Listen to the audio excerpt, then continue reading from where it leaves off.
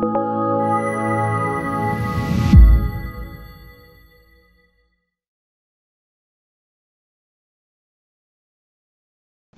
I'm Jacob Hornberger, president of the Future of Freedom Foundation, and this is this week's issue of the Libertarian Angle, the show that brings you the libertarian angle on the burning issues of the day. And I'm joined, as I am every week, by my co-host Richard Ebeling, who teaches economics at the Citadel and who also writes a monthly article here for the Future of Freedom Foundation. Richard, good to see you again. It's great to be back with you and to see you and our viewers and listeners. Yeah, if any of you is new to the Future of Freedom Foundation, be sure to come to our website at fff.org. We've been in existence since 1989, and we have thousands of articles and conference videos and all kinds of information that fulfill our mission of providing the principled case for libertarianism in the free society. So, Richard, I wrote a blog post this week on ending poverty, and I thought, well, why don't we follow that up, because it is an important subject. You've got the left that's always talking about, oh, they want to help the poor, needy, and disadvantaged. You and I have grown up under that lingo, and of course their answer's always been to that we need more welfare state programs.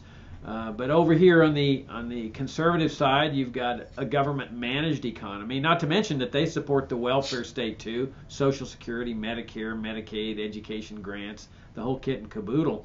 But then you also have this concept of a government-managed economy that is supposedly helping the citizenry, especially the poor.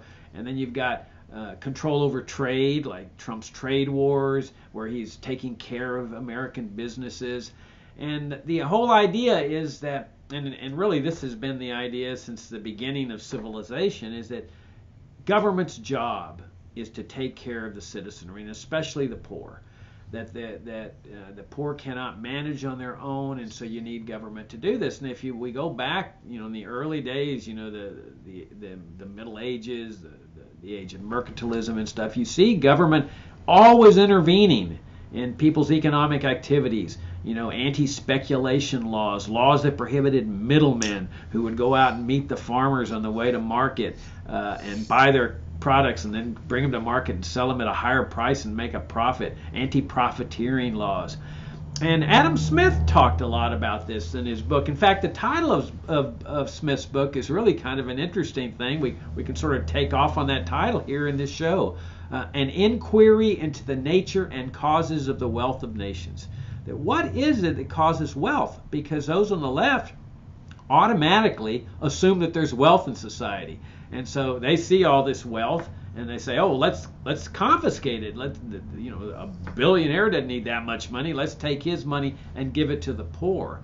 And so that's pretty much been the standard throughout history. And there was one exception to that standard, and that was the American people after they established the country with the adoption of the Constitution. Now, if we eliminate slavery from the equation, we see a very different way of life here. But in doing that way of life, where people were free to keep everything they earned, there was no welfare state, no immigration controls, no drug war, no public schooling systems. It seems to me, Richard, that Americans stumbled on, it seems like they stumbled on in trying to enshrine what they considered principles of liberty, at least for a certain group of people in American society. They stumbled on the keys to creating wealth in society and increasing standards of living. What do you think? Well, I think that the core element to this is what you said, referring to Adam Smith. The left has often said, the advocates, the apologists, the excusers for free market capitalism and so on, they don't care about the poor. They only want to help the wealthy. But in fact, the very purpose that led Adam Smith to write his book, An Inquiry into the Nature and Causes of the Wealth of Nations, which appeared in March 1776, a few months just before the American Declaration of Independence, was precisely he wanted to investigate, analyze, understand, and propose answers to the problem of human poverty. Poverty had existed for all of recorded history, and obviously before that. if you look at standards of living globally, to the best that economic historians and others can try to deduce things, most of humanity existed at a very low subsistence level, sometimes below subsistence. Where is your next meal of the most meager sort going to come from for you and your family? And what was produced was plundered by bandits, thieves, roving tribes, implanted kings and princes who conquered areas and who established themselves in what became in the feudal era the aristocracy of Europe. And how could we escape from this? Now, there was trade, there was commerce. For example, if you read Marco Polo's adventures of where he went with his father and his uncle across the Middle East through Central Asia to the capital of China and the Great Khan, and his travels around the empire, you see trade, you see commerce, people are trying to earn a living. But all of this invariably is regulated, controlled, taxed, confiscated, restricted to serve the interests of the king, those of his entourage around the throne, and those who are the retinue of the supporters which maintained his power and authority, and a huge army of the technologies of those, obviously centuries ago, to enable conquest and control of territories seized. And the common man lived at terrible conditions that today none of us would even imagine. Squalor is what we would call this today. Thatched huts in which people lived in one-room structures with cows, with pigs. I mean, that was it. The lice, the vermin, the diseases. But commerce was groping through the interstices of the system. Merchants, trade, commerce. And Smith was trying to find what is it that makes the degrees of this higher standard of living compared to poverty and squalor possible. And he traces this out. He says that each person is guided by a self-interest. He sometimes uses the word self-love.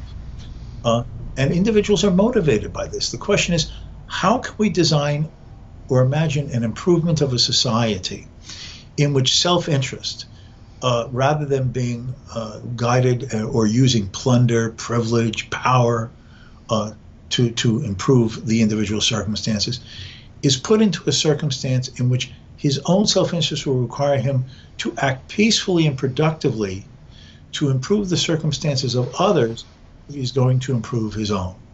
And Smith looked around and said, look, there are markets regulated, controlled, restricted, hampered, but things get produced. And what is behind this?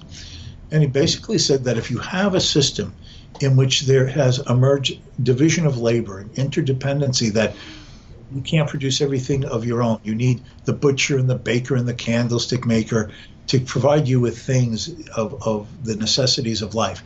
And you acquire them by selling something that you can produce better than they can. This sets up this network of mutual self-improvement. So that's what he calls a system of natural liberty, a protection of the individual's right to his life, his liberty of movement and opportunity, and protection of property, and his right to freely enter into competition with all others for the business and the commerce of their neighbors. And government has a few functions as he lays it out. Police, that's to see that private bandits and thieves do not try to plunder you. Courts, to bring such evildoers to justice and to adjudicate the reasonable and inescapable disputes that emerge among people. National defense, just as there can be domestic bandits for which you need police, there can be foreign bandits who attempt to invade your country, and you might need a national police, a defense force, to ward off that and secure people's life and property. And then admittedly what he viewed as some public works projects. At his time he thought a lighthouse, a road, a bridge, some minimal education. I'm enumerating his arguments. But other than that, a few infrastructure projects and some minimal reading, writing, and arithmetic. Everything else, other than defense and courts, was to be left to the private actions and decisions and associations of free human beings. And out of this, individuals to say, what is it that I can produce that others will take in trade in exchange for what they have that I desire? How can I make an attractive product, an improved product, a less expensive product than my rivals and competitors for the same business, since I can't force anyone to trade with me, just as they can't force anyone to trade with them. We each are free agents in free voluntary association. And while that sounds, simple and very abridged, those elementary truths that Smith emphasized in a few chapters in this 800-page book that he wrote, it is the essence, the kernel, that if we have individual liberty with respected private property, and human relationships are based upon mutual agreement and voluntary association, including in the production and exchange of any and all goods and services of any type that people find it worthwhile producing and attractive to buy, wealth and prosperity boom out of this. Why? Because you've set free the innovative and creative capacity of the human mind to say, you know what? I think I can do it better. I think I can do something different. I can make it less expensively. I can make my life better by serving my fellow men. And that is the essence of the key of prosperity. It's all found in Adam Smith. Other economists who came after elaborated, refined, improved, nuanced, detailed, Austrian economists like Mises and Hayek.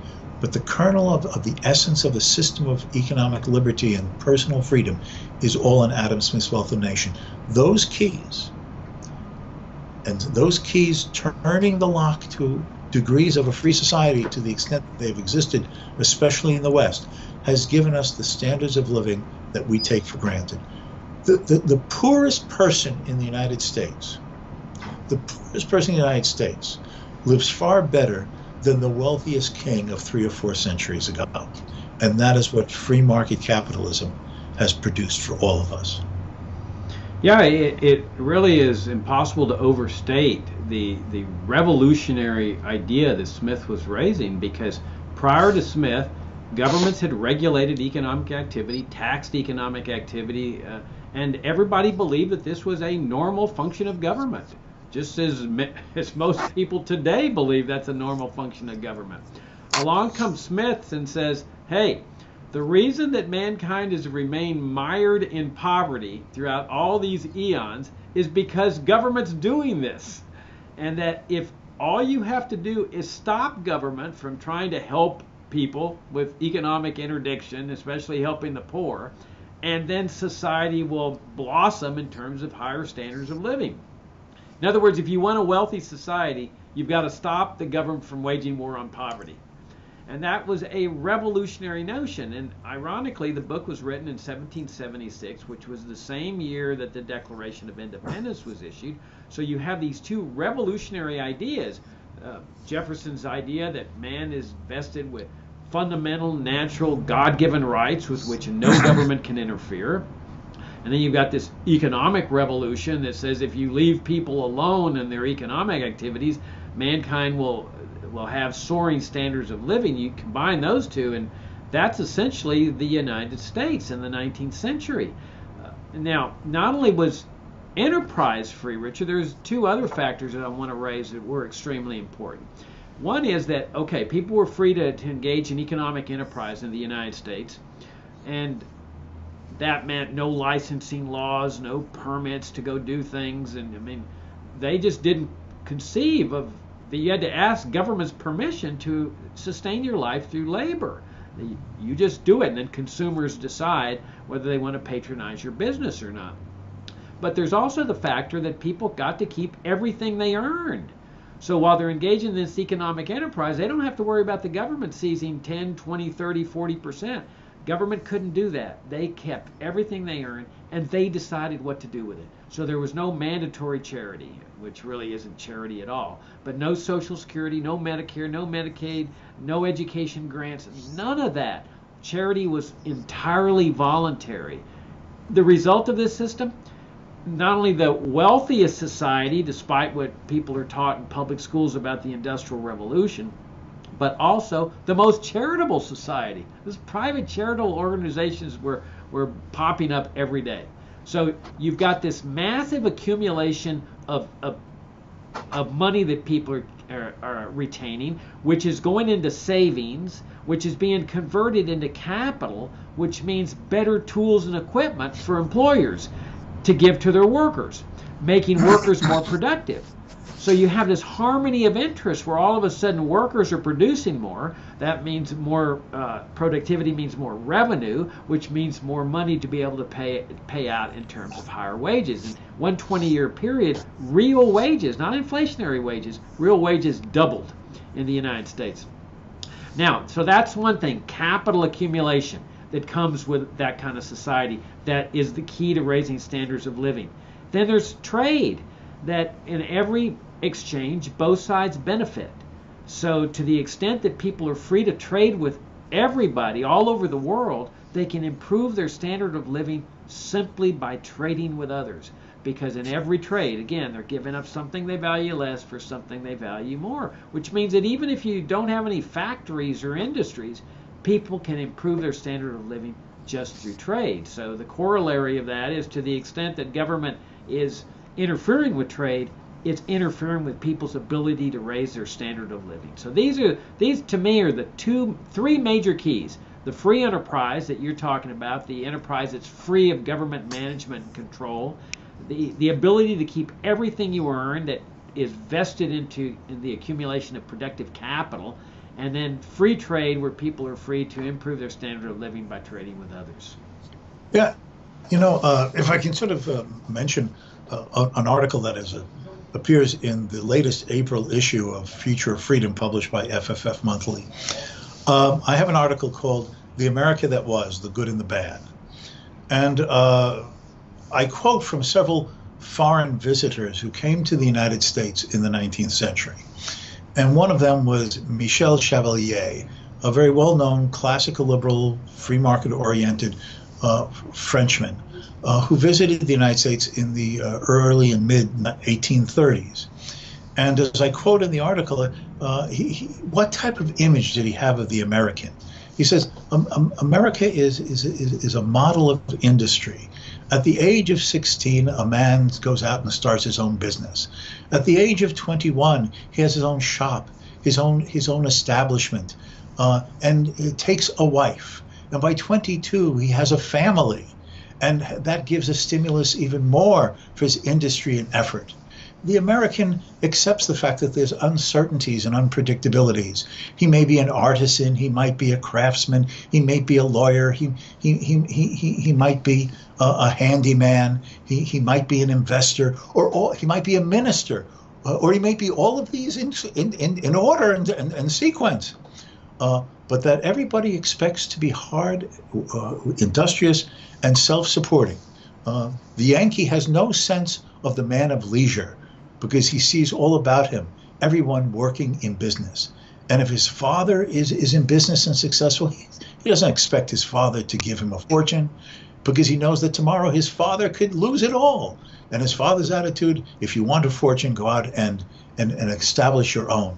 And then he says that an American told him that he, the Frenchman, had to understand that the Americans have the spirit of individualism and competitiveness embedded in them, and that if a dozen Americans were about to be put before the firing squad, the competitive spirit was so strong in them they would fight over who would go first. Now he also another emphasis that you were bringing out, and I quote in the article as well, a passage from Alexis de Tocqueville's Democracy in America. He too, as a Frenchman, was visiting the United States in the early and mid 1830s. And he says one of the most astonishing and deserving of attention institutions of America are its civil institutions of civil society. Wherever Americans are and they get an idea of fulfilling a purpose, they form groups, associations, clubs, and connections with each other. It could be for commerce, businesses, partnerships, but charity, education, philanthropy, religious outreach.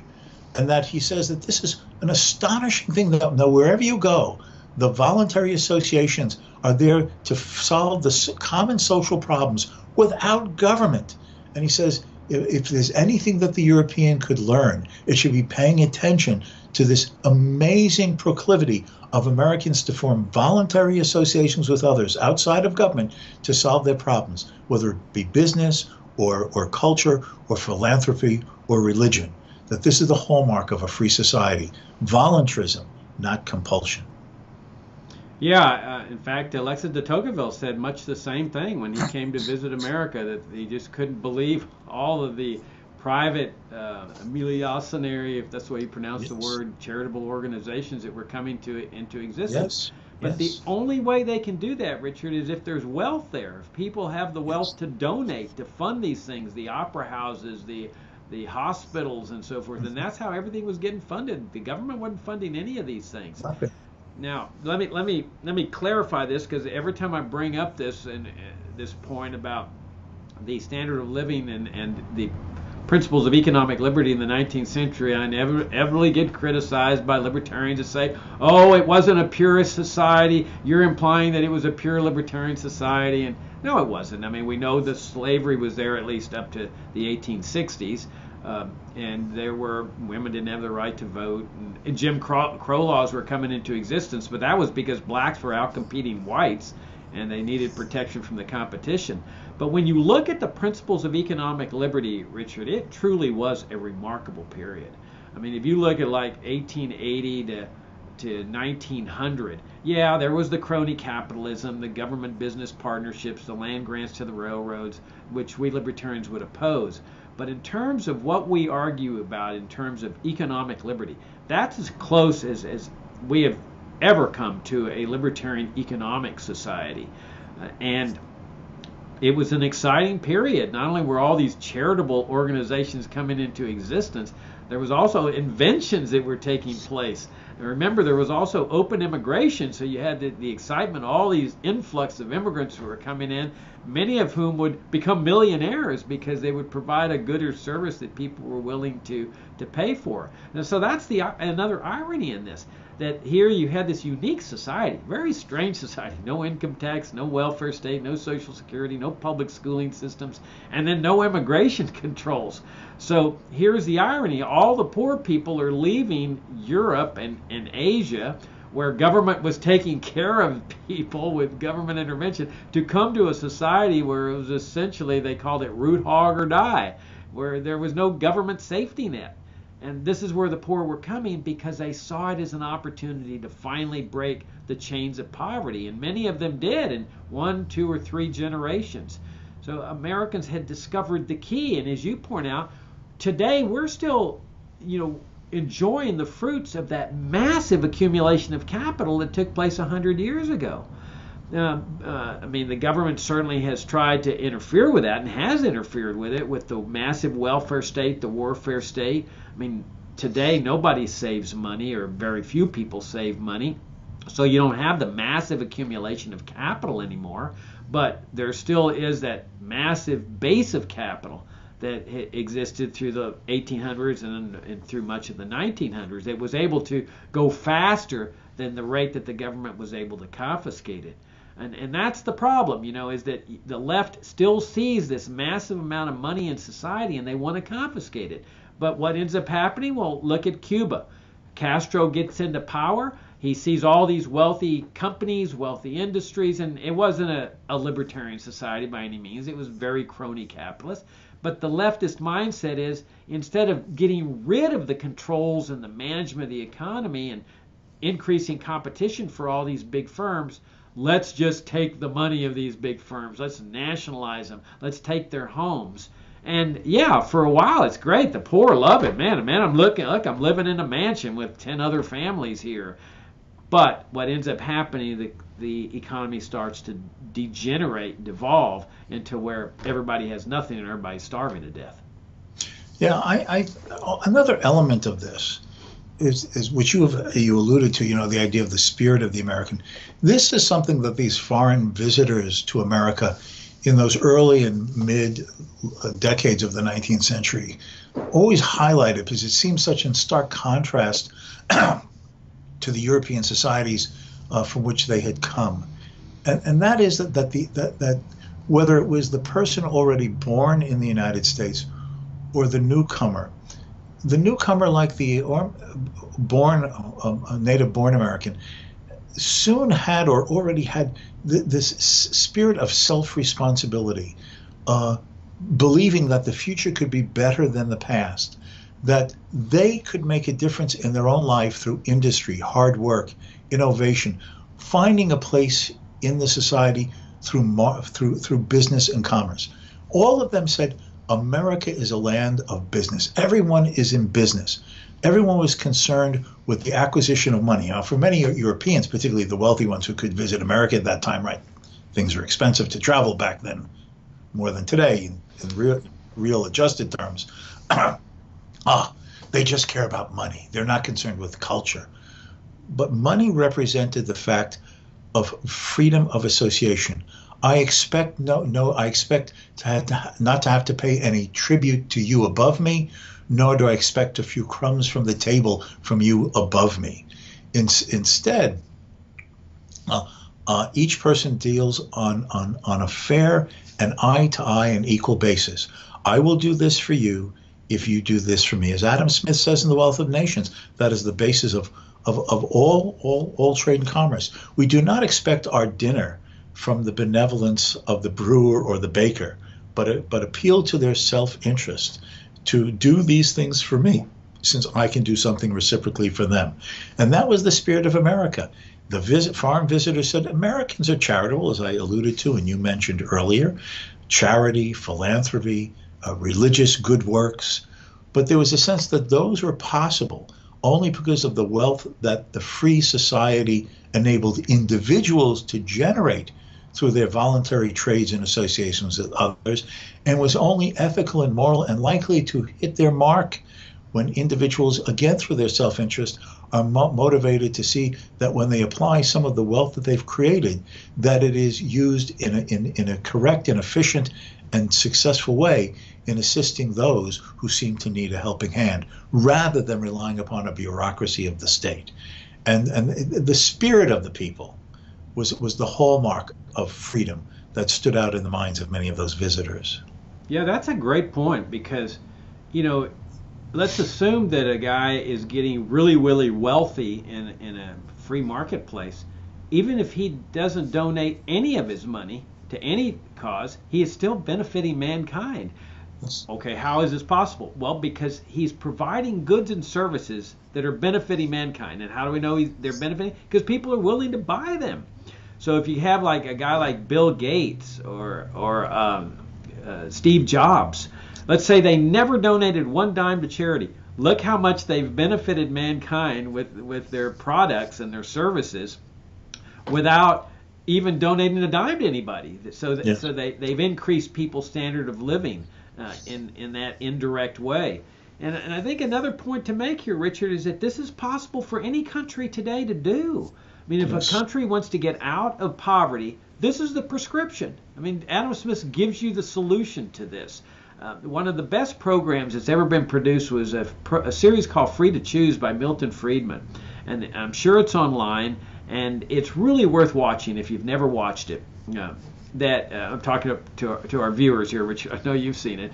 And there's one on Hong Kong. And Friedman points out about, here's Hong Kong like on a rock. It doesn't have oil or an automobile industry and all the things that are sort of, attributable to or characteristic of what is perceived to be a capitalist or wealthy society. It's just on a rock. And yet tremendous economic prosperity in Hong Kong, at least before the communist takeover. And why? Because there's virtually no government rules or regulations over economic activity. People have genuine free enterprise there, or did. And any society can do that. Any country can do that. If you want to get people out of poverty, here's the prescription. Yes. When Smith is writing in The Wealth of Nations, or the other Friends of Freedom following him, they never say that a free society and its material successes are something unique or limited to or genetically determined by something that is only in Europeans or white people, contrary to what some critics of capitalism would try to portray it as saying. The fact is, they believe that what they were investigating, highlighting, explaining, was the qualities and characteristics in all human beings in terms of the hardwiring of our human nature and our potentials. We all respond to incentives. We all are looking for opportunities to improve our circumstances and that of those we care about, like our families. We're all willing to incur costs to achieve benefits, and that includes making sacrifices in the present to have more gains in the future. The trade-off between the present and the future. And as long as the institutions allow these universal and cosmopolitan qualities and characteristics of the human condition, that is man's nature, to be set free and open, if the institutions allow it to emerge and manifest themselves, any people, anywhere, at any time, can be free and prosperous. It all is a matter of letting people be free by limiting government to a protector of rights and not the violator of them. Once that occurs, prosperity will follow the liberty that is allowed. On that eloquent, fine note, we'll wrap it up, Richard. We're out of time, and thanks for the nice conversation, and thank you all for viewing. Again, if you want to learn more about FFF, come to fff.org. We've got a daily email publication called FFF Daily that we strive to make the best daily journal of libertarianism, like an op-ed or an editorial page, right in your email box every morning. And then we also, that's free, and you just sign up for it on our website. And we also have a monthly journal called Future of Freedom, and Richard writes for it regularly on a monthly basis, and it's cheap, $25 a year or $15 for the email version, and we invite you to subscribe. Richard, as always, I greatly enjoyed the conversation. Look forward to talking to you next week. Until next time, and thank you, viewers and listeners, for sharing a little bit of your time with us.